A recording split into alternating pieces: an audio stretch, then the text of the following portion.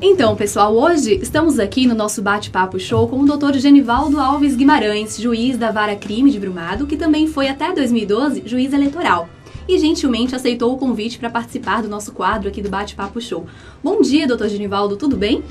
Bom dia, Isid. Bom dia, ouvintes da Nova Vida FM.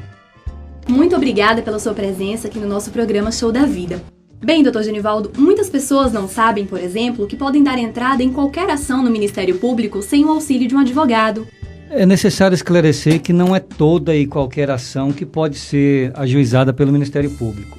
A Constituição Federal, no artigo 127, e algumas leis estabelece a competência do Ministério Público, a exemplo do que ocorre no Estatuto da Criança e do Adolescente.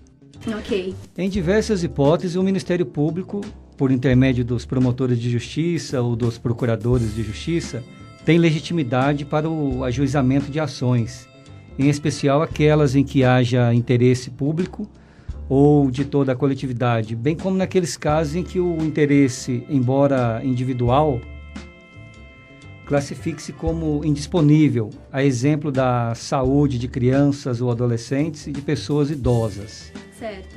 Nos casos em que o Ministério Público tiver legitimidade ativa, a pessoa interessada, ainda que desacompanhada de advogado, poderá comparecer à Promotoria de Justiça, na rua Pedro Coqueiro Filho, número 50, próximo ao hospital, apresentar os documentos, rol, relação de testemunhas e todos os elementos de prova que possuir e requerer ao promotor de justiça as medidas que entender pertinentes.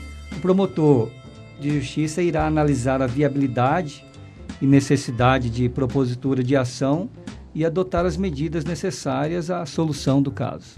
Certo. O senhor poderia exemplificar alguns tipos de ações de competência do Ministério Público? Sim, entre as ações que podem ser propostas pelo Ministério Público, eu destaco a ação em defesa do meio ambiente para evitar ou fazer cessar qualquer tipo de poluição, seja sonora, visual, poluição das águas, do ar, dos terrenos, etc.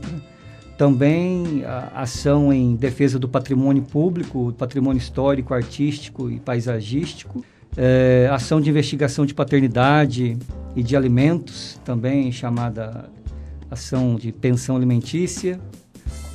Também tem o promotor legitimidade para ajuizar ação para fornecimento de medicamentos, exames ou tratamento cirúrgico a crianças, adolescentes, idosos ou outras pessoas que demonstrarem a real necessidade. O Ministério Público também é autor, figura como autor em ações penais ou ações criminais de iniciativa pública. Ele também, como já disse, atua em defesa do patrimônio público. O promotor pode ajuizar ainda ações para verificação da legalidade de atos da administração pública e muitas outras ações. Ok. Esclareço ainda que o promotor não tenha legitimidade para ajuizar a ação, em determinados casos ele terá atuação obrigatória, fiscalizando a regular tramitação do processo.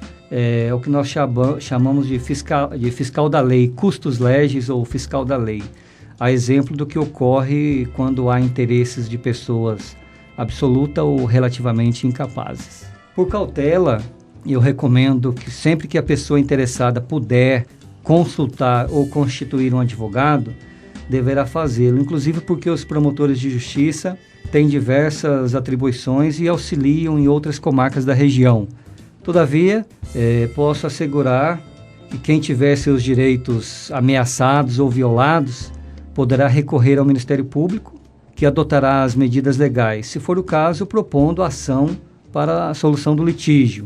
Em determinadas hipóteses, caso comprovados os requisitos de urgência, poderá o Ministério Público obter um pedido de o deferimento do pedido de liminar ou ver concedida a antecipação da tutela para satisfação imediata da pretensão do titular do direito.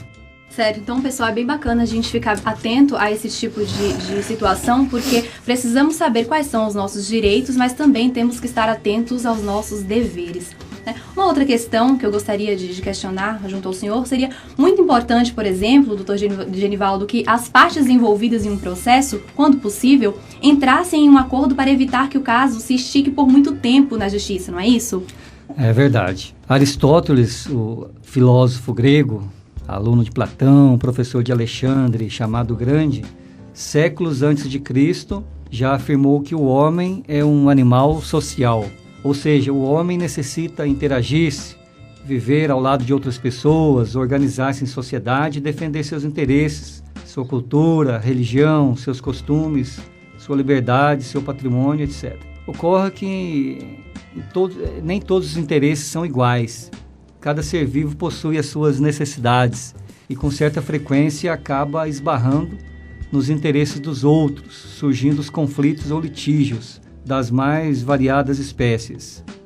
Por exemplo, desentendimento entre vizinhos, questões relativas à divisa de imóveis, desentendimento entre marido e mulher ou outros parentes, divergência entre patrões e empregados, violação dos direitos dos consumidores, descumprimento de contratos das mais variadas espécies, deficiência na prestação de serviços públicos, prática de atos ilícitos e tantos outros. Nesse contexto, já na antiguidade foram criadas regras de convivência para evitar ou reduzir os conflitos e a violência deles resultante. A humanidade e o direito evoluíram e surgiram diversos meios de solução de conflitos. O mais primitivo, o mais antigo é a autotutela, em que a parte fazia a justiça pelas próprias mãos, empregando a força física, a força moral ou econômica. A legislação brasileira ainda contempla, em raras hipóteses, o emprego desse método, a exemplo da legítima defesa, do estado de necessidade, também da greve. Mas eu recomendo e esclareço que a autotutela deve ser evitada, pois acarreta erros ou injustiças e agrava a situação dos litigantes. Nós temos outros meios de solução de conflitos que não a via judicial. Muitas vezes as partes podem e devem inicialmente tentar a solução dos conflitos por outros meios que não seja a ação judicial. E mais adiante eu vou esclarecer por quê.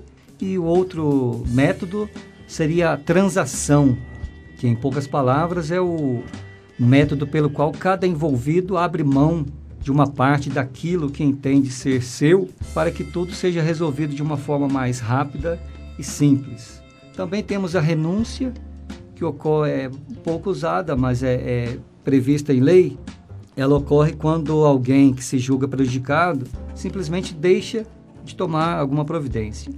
Em alguns casos, a pessoa chega à conclusão que é melhor deixar as coisas como estão e, portanto, mesmo convencido de que teve direitos violados, renuncia, ou seja, abre mão daquilo em prol da tranquilidade e da harmonia.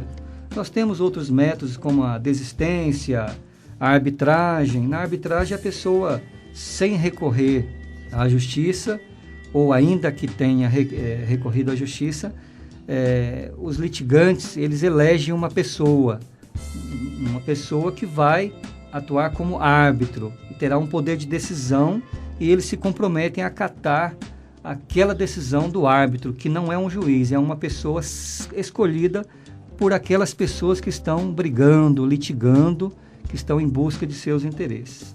Temos também a mediação, que é um método mais recente e muito positivo. E agora o método mais usado, mais conhecido pelos cidadãos é a sentença ou a decisão judicial, que é aquela provinda de um juiz togado, agente público da atividade jurisdicional do Estado.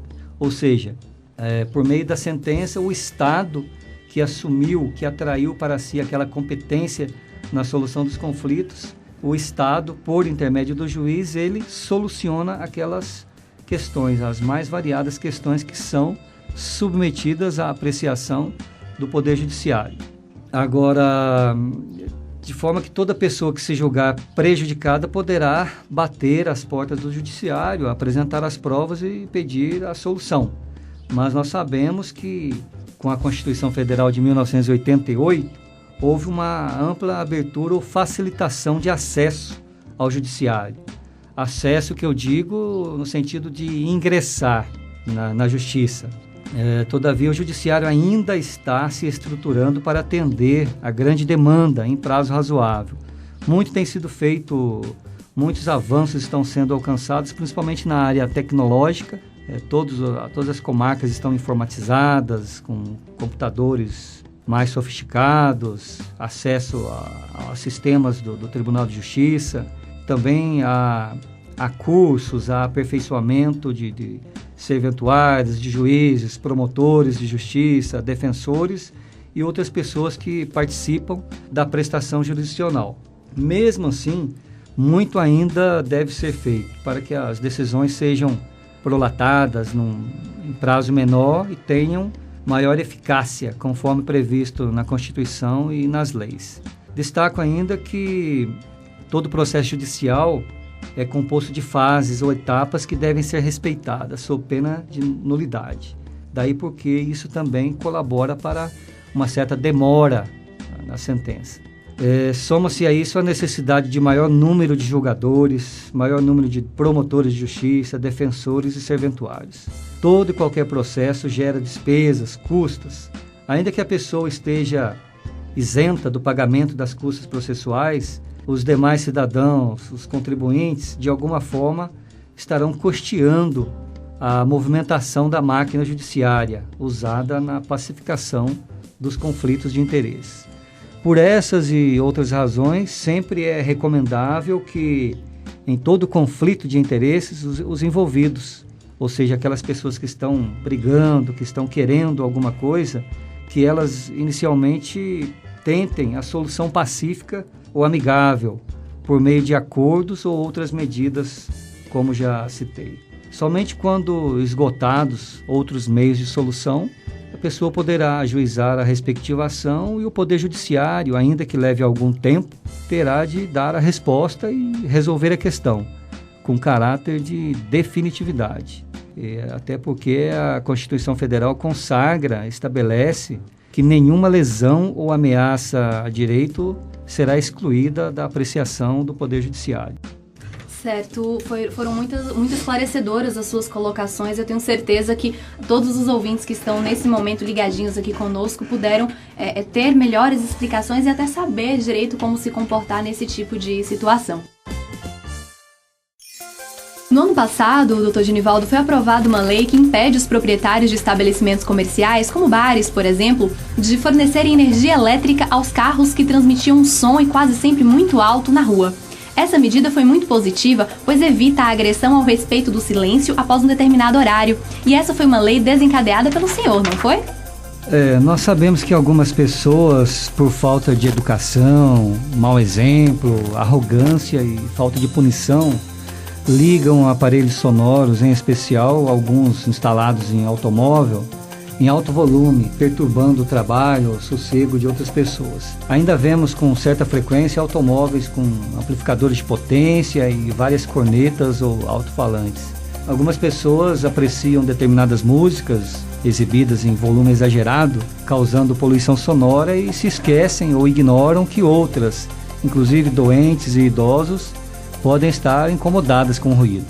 Visando coibir essa modalidade de poluição sonora, eu baixei na realidade uma portaria com o objetivo de orientar as pessoas e impedir que proprietários ou responsáveis por residência, bares, lanchonetes ou qualquer outro estabelecimento público ou privado situado na zona rural ou urbana forneça energia elétrica para funcionamento dos equipamentos sonoros instalados nos automóveis. Dessa forma, a tendência é que a bateria do automóvel daquela pessoa que causa esse tipo de poluição sonora descarregue, já que instalam amplificadores de potência, isso descarrega a bateria com a maior agilidade e o sujeito, tendência é deixar o local. Ao contrário, se permitir que ele use energia tomada para alimentar aquele aparelho sonoro, ele poderá ficar várias horas estacionado em um determinado local com o volume exagerado, causando séria perturbação do sossego alheio. Da portaria consta, eu até mencionei como fundamento, o artigo 225 da Constituição Federal, que estabelece que todos têm direito ao meio ambiente ecologicamente equilibrado, bem de uso comum do povo e essencial à sábia qualidade de vida, impondo-se ao poder público e à coletividade o dever de defendê-lo e preservá-lo para as presentes e futuras gerações. Também fundamentei aquela norma considerando o que o Código de Trânsito brasileiro prevê no artigo 228, ou seja, constitui infração grave, punível com multa e retenção do automóvel, usar no veículo equipamento com som em volume ou frequência que não sejam autorizados pelo CONTRAN. De acordo com a portaria, em caso de descumprimento do que foi acima exposto, haverá multa de 1 a 5 salários mínimos e, em caso de reincidência, o fechamento do estabelecimento por 15 dias. A Polícia Militar vem usando o decibelímetro, que é um aparelho que verifica a intensidade do som, e está autorizada a apreender os veículos que estiverem com os aparelhos sonoros conectados a tomadas de energia elétrica ou que estejam produzindo som em volume capaz de perturbar o trabalho ou sossego alheio, independente do horário e do local. Eventual liberação dos veículos apreendidos se dará somente após ser periciado, inclusive para verificação de eventual adulteração ou procedência ilícita. Havendo qualquer irregularidade, o pedido de restituição deverá ser encaminhado em juízo. Entendo, inclusive, que todo proprietário de bar, lanchonete ou estabelecimento semelhante deveria colocar à porta uma placa, um aviso, advertindo as pessoas para que os equipamentos sonoros sejam usados com moderação. Isso evitaria que algumas pessoas nas proximidades sintam-se incomodadas com o barulho. E também isso traria maior tranquilidade, sossego, maior paz social. Esclareço que por mim foi baixada a portaria. Não se trata de uma lei, em especial porque a lei deve emanar do poder competente, né? Entretanto, entendo válida aquela norma, ela foi bem aceita pela maioria e tem dado bons resultados.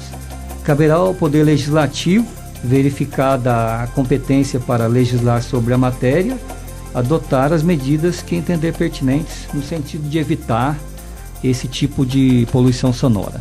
Certo, foi muito importante todos os seus esclarecimentos, porque assim, a maioria da população, a maioria de nós não sabemos a diferença entre lei e portaria. Aliás, nós poderíamos aproveitar esse momento para o senhor dar uma breve explicação sobre qual é a diferença entre lei e portaria?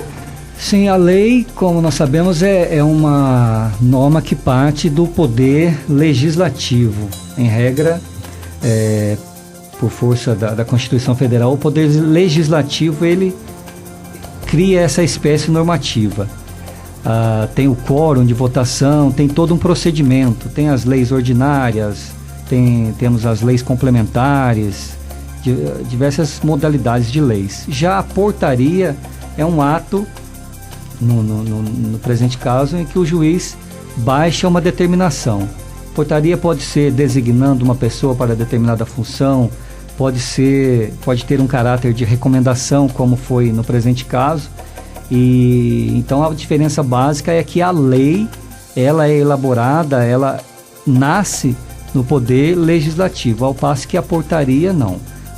Qualquer autoridade pode baixar uma portaria para a adoção de algumas providências. Ok, então, de qualquer maneira, ambas precisam ser respeitadas, não é isso? E, assim, pessoal, é muito importante que não façamos isso, né? Não utilizamos, no caso que acabamos de dizer, essa questão do som alto, uma questão de bom senso. Para começo de conversa, a gente não deve nem fazer isso, né? E alertar as pessoas que fazem, porque como vocês acabaram de ouvir, né? Como nós acabamos de ouvir do Dr. Genivaldo, quem fizer estará aí propenso a receber algum tipo de punição, porque estará indo contra a portaria, como ele acabou de dizer. Genivaldo, o senhor foi também juiz eleitoral até o ano passado, até 2012.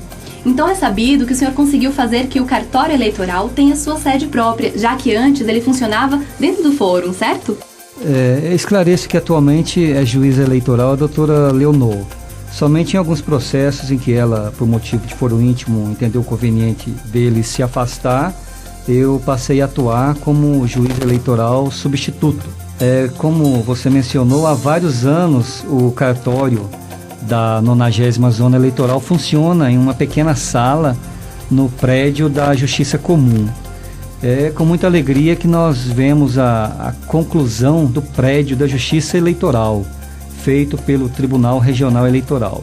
Trata-se de antiga reivindicação e eu apenas reiterei os pedidos e destaquei a necessidade de a Justiça Eleitoral ter seu próprio prédio, a fim de que a população seja melhor atendida e os serventuários, os servidores, exerçam suas atividades com maior dignidade. É de meu conhecimento que a obra já está concluída. Faltam alguns detalhes, como colocação de móveis e contratação de seguranças, para que efetivamente o cartório eleitoral seja transferido para o novo prédio. Acrescento que o prédio da Justiça Comum, o conhecido Fórum, encontra-se em reforma. Inclusive nele está sendo instalado um elevador para facilitar o acesso de pessoas. O piso foi substituído, as paredes pintadas, salas e banheiros readaptados e outras mudanças foram feitas pela empreiteira contratada pelo Tribunal de Justiça para que o povo seja melhor atendido. É muito bacana ver os órgãos públicos da nossa cidade aí com uma condição melhor de atendimento para a nossa população. Essa informação que o senhor passou agora realmente é muito importante. O senhor foi também juiz eleitoral até o ano passado, até 2012. Então é sabido que o senhor conseguiu fazer que o cartório eleitoral tenha sua sede própria, já que antes ele funcionava dentro do fórum, certo? Esclareço que atualmente é juiz eleitoral a doutora Leonor. Somente em alguns processos em que ela, por motivo de foro íntimo, entendeu conveniente dele se afastar, eu passei a atuar como juiz eleitoral substituto.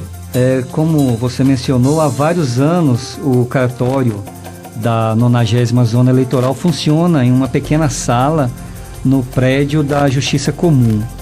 É com muita alegria que nós vemos a conclusão do prédio da Justiça Eleitoral, feito pelo Tribunal Regional Eleitoral. Trata-se de antiga reivindicação e eu apenas reiterei os pedidos e destaquei a necessidade de a Justiça Eleitoral ter seu próprio prédio, a fim de que a população seja melhor atendida e os serventuários, os servidores, exerçam suas atividades com maior dignidade. É de meu conhecimento que a obra já está concluída. Faltam alguns detalhes, como colocação de móveis e contratação de seguranças, para que efetivamente o cartório eleitoral seja transferido para o novo prédio. Acrescento que o prédio da Justiça Comum, o conhecido Fórum, encontra-se em reforma. Inclusive nele está sendo instalado um elevador para facilitar o acesso de pessoas.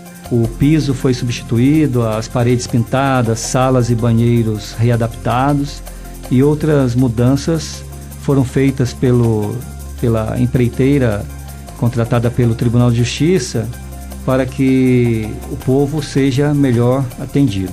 É muito bacana ver os órgãos públicos da nossa cidade aí com uma condição melhor de atendimento para a nossa população. Essa informação que o senhor passou agora realmente é muito importante. O recadastramento biométrico está sendo divulgado em rede nacional e é uma medida moderna que dá mais segurança à identificação das pessoas, visto que une a assinatura eletrônica do eleitor, sua foto com medidas da face e as suas impressões digitais. Pensando nessa medida para Brumado, o senhor sabe se já existe algum prazo para que todos os municípios possam realizar o recadastramento biométrico?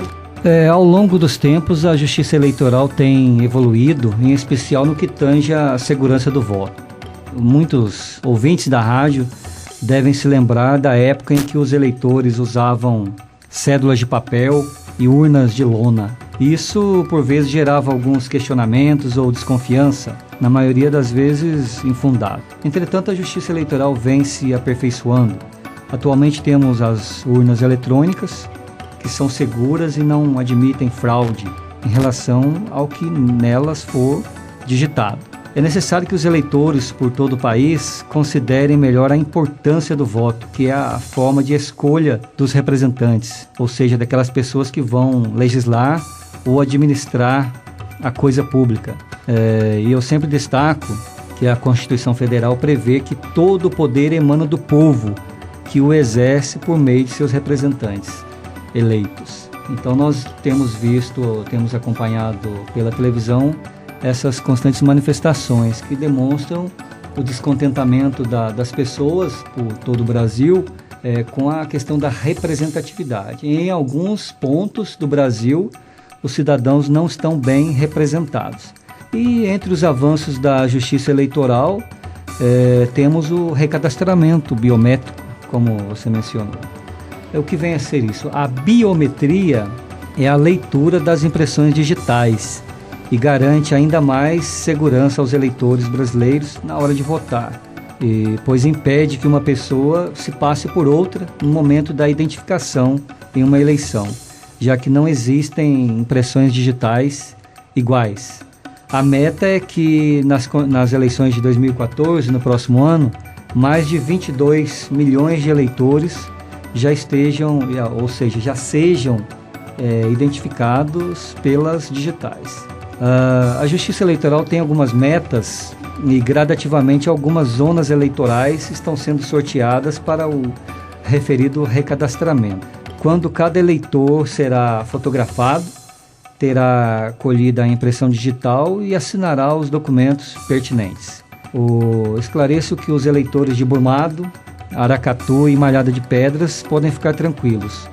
O título eleitoral continua valendo e quando chegar a vez desses eleitores serem recadastrados, observando a questão da biometria, a Justiça Eleitoral fará ampla divulgação e todos saberão quando deverão comparecer e que documentos deverão apresentar.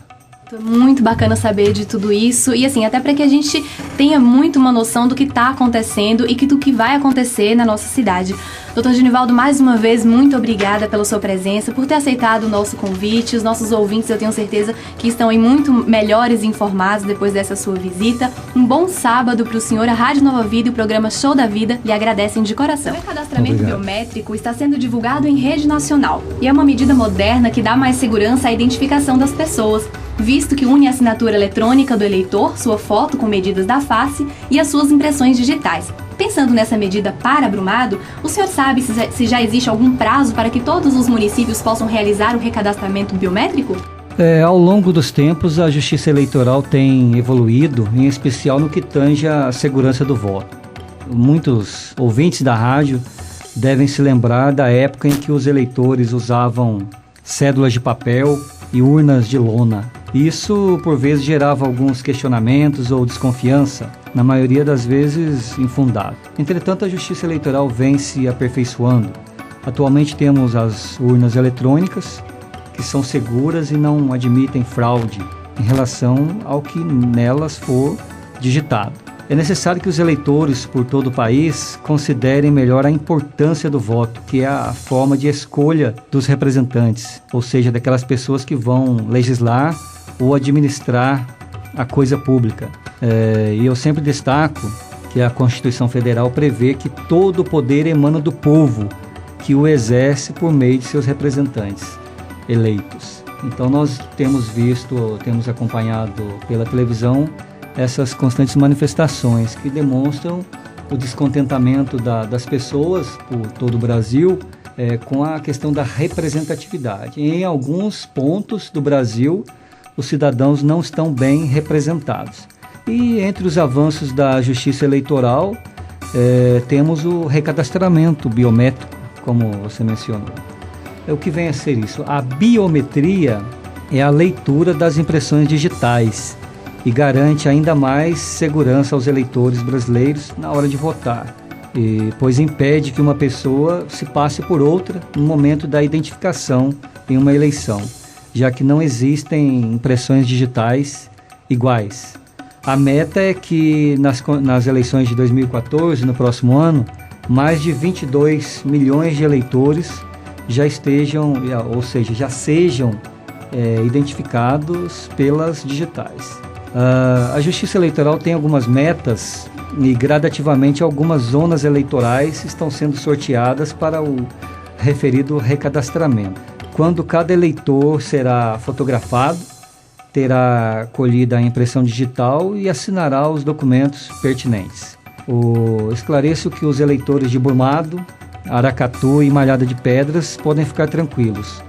o título eleitoral continua valendo e quando chegar a vez desses eleitores serem recadastrados, observando a questão da biometria, a Justiça Eleitoral fará ampla divulgação e todos saberão quando deverão comparecer e que documentos deverão apresentar. Muito bacana saber de tudo isso e assim, até para que a gente tenha muito uma noção do que está acontecendo e do que vai acontecer na nossa cidade. Doutor Genivaldo, mais uma vez, muito obrigada pela sua presença, por ter aceitado o nosso convite. Os nossos ouvintes, eu tenho certeza que estão aí muito melhores informados depois dessa sua visita. Um bom sábado para o senhor. A Rádio Nova Vida e o programa Show da Vida lhe agradecem de coração. Obrigado.